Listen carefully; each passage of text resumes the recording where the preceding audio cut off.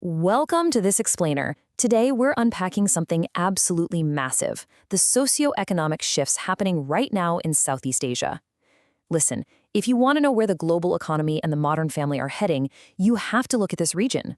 We are talking about some of the most rapid and profound demographic shifts in human history. We're going to break all of this down to truly grasp the changing dynamics of the family unit. Let's dive right in. Here's our roadmap for today. We'll start with a quick intro to Southeast Asia, hit the population and economic trends, and then look at changing marriage patterns, shifting fertility rates, and evolving household structures. All right, Chapter 1, Introduction to Southeast Asia. So you really have to think of ASEAN, the Association of Southeast Asian Nations, as the literal heartbeat of the region. Founded back in 1967, this integrated political and economic hub encompasses 10 member countries, housing 8.5% of the entire world's population. You've got economies at vastly different stages of development here, like Indonesia, Vietnam, Thailand, and Singapore, but all of them have immense growth potential. When we talk about this region, we're usually talking about the integrated power of ASEAN. Now, this illustrates a core difference in what I kind of like to call the region's world-building lore. Southeast Asia favors a predominantly bilateral kinship system. What that means is inheritance and family ties are way more flexible, which is a stark contrast to the strict patriarchal systems you see over in East Asia. They even lean matrilocal, meaning a newlywed couple is highly likely to actually move in with the wife's parents. This creates a surprising level of female autonomy and gender symmetry, which is absolutely crucial for understanding everything that comes next. Moving right along to Chapter 2, Population and Socioeconomic Trends. Because let's be real, you can't understand the family without understanding the economic realities. Just look at the sheer scale of the population boom from 1960 to 2015. See that massive trajectory soaring upwards? That's Indonesia, absolutely dominating the chart, reaching over 250 million people by 2015. That's 41% of the region's total population. Right below that, you see countries like the Philippines and Vietnam crossing the 100 million mark.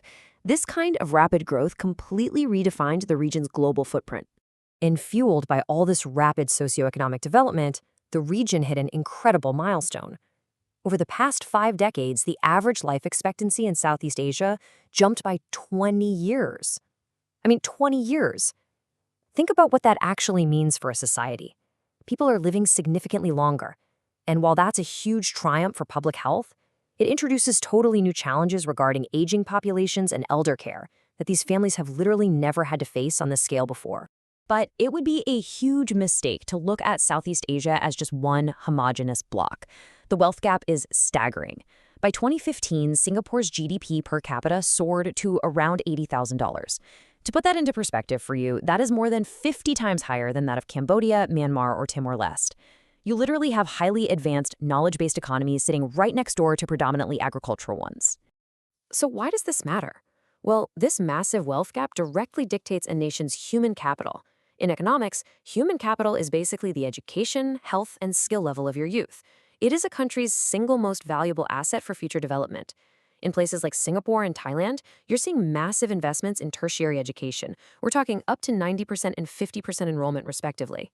But in places like Lao PDR, that number is only 17%. This human capital is the ultimate driver for the region's future. We actually measure a lot of this progress through the GII, or Gender Inequality Index. It tracks things like female labor force participation, and it reveals an uneven but really vital shift in gender dynamics across these economies. Women's participation in paid labor has historically been high in Southeast Asia, sure, but modern engagement in specialized paid work is jumping dramatically in places like Brunei and Singapore. That completely shifts how families organize their daily lives and their finances. Okay, Chapter 3, Changing Marriage Patterns. When demographers look at how marriages are changing under the weight of all this modernization, they look at SMAM, the Singulate Mean Age at Marriage. It's essentially a calculation of how long the average person stays single, and the data proves that people are tying the knot much, much later. Historically, Southeast Asia had near-universal early marriage, but today, the average age is between 22 and 25 for women and 25 to 28 for men. Singapore pushes those boundaries even further, averaging 28 for men and 30 for women. People are spending a significantly longer portion of their lives single. Which leads us perfectly into Chapter 4, Shifting Fertility Rates. Because obviously, when you marry later, the window for having kids inherently shrinks, right? That leads to a rapid decline in birth rates. The ultimate metric here is TFR, the total fertility rate. To keep a population stable, a country needs a replacement rate of 2.1 children per woman over her lifetime. Now, the overall regional average sits right at 2.1, but look beneath the surface and you see massive extremes. On one end, you have a high TFR of 5.6 in Timor-Leste. On the complete opposite end, an ultra-low 1.2 in Singapore. In fact, Singapore, Thailand, and Vietnam have experienced some of the most rapid fertility declines ever recorded globally. And alongside those falling birth rates, the MAC, the mean age at childbearing, is rising across the board. Put simply, people are waiting a lot longer to become parents. As economies develop, young adults are prioritizing career and educational goals before starting families. They're spending their 20s building up their human capital and deferring parenthood until they feel economically secure enough to support a child in a much more expensive, modernizing world. Finally, for this section, if we look at the ASFR, age-specific fertility rates, we see a massive generational shift. We are moving entirely away from teenage and early 20s pregnancies, with childbirth sliding firmly into later age brackets. It's a complete structural change in the life cycle of the average Southeast Asian family. And that brings us to our final section, Chapter 5, Evolving Household Structures. So, with fewer children, later marriages, and longer lifespans, you have to ask, who is actually living with who? Well, despite all this modern economic pressure, 50 to 70% of older adults in Southeast Asia still live with their children. Look at Thailand. They have an incredibly high proportion of elderly females living with their kids. This proves that those historical bilateral kinship traditions, that really strong emphasis on family cohesion, are holding incredibly strong, completely resisting Western trends where the elderly more commonly live alone. But here's the really fascinating part. This resistance isn't just organic culture. It's often by design. As this quote highlights, governments in places like Singapore actively use social policies to engineer the survival of traditional, multi-generational families.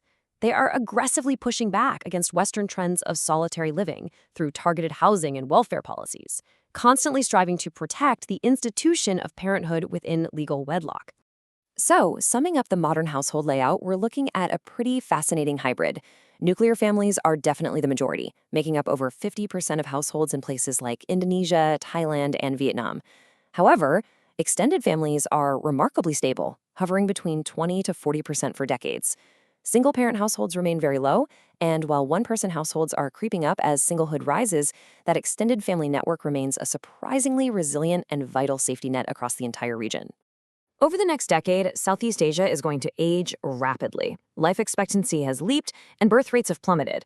As the old age dependency ratio skyrockets and economic pressures just keep mounting on the younger generation, you really have to wonder, will this unique socio-demographic balance hold, or is a radical shift toward fragmented, solitary households completely inevitable?